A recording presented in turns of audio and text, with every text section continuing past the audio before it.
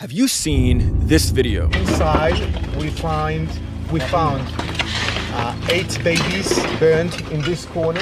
An Israeli soldier conducts an interview in front of a destroyed home of a kibbutz. He says Hamas fighters burned babies and then beheaded them. But this is all a lie, and I'm going to prove it to you using Israeli media. Yes, that is right, Israeli media. But first, let's ask an important question. How did the concrete walls of this home behind the soldier turn into rubble? Fires burn wood and other flammable items. They do not collapse concrete structures like this. Children in the same room, then someone come and kills them all. 15 girls and teenagers that put in the same room, 3 hand grenades, and it's over. This is a massacre. Now, the Israelis want you to believe that Hamas fighters did this, but we know that they were only armed with machine guns and small grenade launchers. That doesn't cause this level of damage. So then how did they destroy concrete homes like this? The answer is they didn't. The Israelis did. What? That is shocking. But why? And how would the Israelis do that? Well, Israeli media has all the answers. They interviewed the IDF soldiers who responded to the Hamas attack, and they learned something shocking. The IDF was struggling to handle the Hamas fighters. Tuval Eskapa, or however you pronounce his name, a member of the security team for Kibbutz Be'eri, set up a hotline to coordinate between kibbutz residents and the Israeli army. He told the Israeli newspaper Haaretz that as desperation began to set in, the commanders in the field made difficult decisions, including shelling houses on their occupants in order to eliminate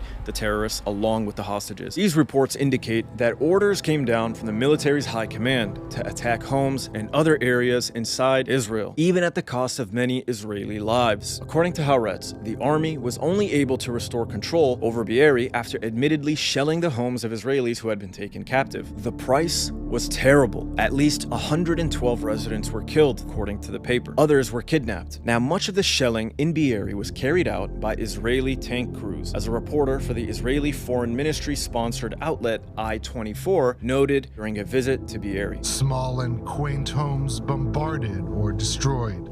Children's toys lying around, well-maintained lawns of grass ripped up by the tracks of an armored vehicle.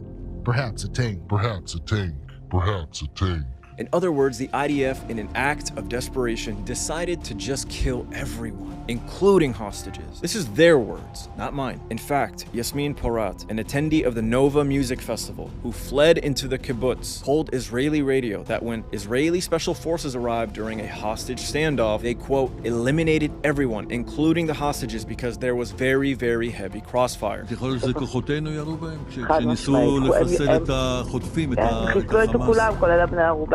כי היה שם חילופי ירי מאוד מאוד קשים, חילופי אש מטורפים, אפילו 2 פקדים של טנק שירו לתוך הבית, שזה בית קיבוצי קטן, זה לא איזה, רואים את זה בחדשות. She goes on to describe how Hamas militants tied her partner's hands behind his back. She saw her partner lying on the ground, still alive. She went on to say that Israeli security forces killed him and other hostages as they opened fire on the remaining militants inside, including with tank shells. ובן הזוג שלך שהיה איתך? נהרג. הוא גם נהרג. כן, כולם נהרגו שם. This is why you see large bits of shrapnel and bullet holes in the walls of destroyed kibbutz homes. It's why you see homes turn into rubble.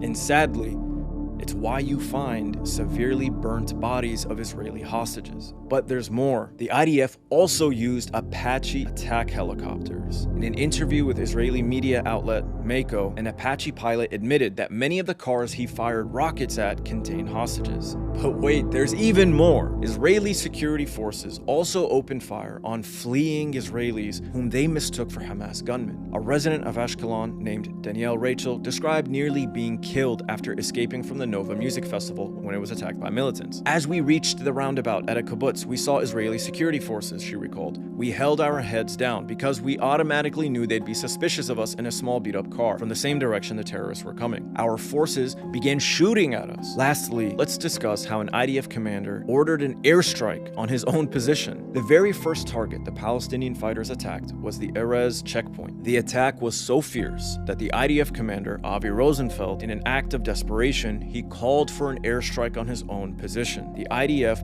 bombed their own base in order to kill the Palestinian militants. So what should we take from all this? Do we absolve Hamas of their actions on October 7th? Of course not. None of this would have happened had they not attacked. Now, whether or not they have the right to resist occupation and apartheid with the use of force is a topic for another video. But the point of this video is to highlight how the IDF's poor response and performance led to the deaths of their own people. As several Israeli hostages have already made clear, the Palestinian militants were kind to them despite the aggression. And as the Nova survivor Yasmin Porat put it, she believes the militants didn't want to kill them. She believes their goal was to take them back to Gaza as hostages. The entire point of the attack seems to be the capturing of Israelis as hostages in order to trade them for thousands of Palestinian political prisoners. And in the chaos that ensued, many people lost their lives. Now, some people say, who cares how it went down? People died, babies died. Is that not awful? Well, of course it is. But the reason we have to cut through Israeli propaganda is because it's being used to justify acts of genocide in Gaza.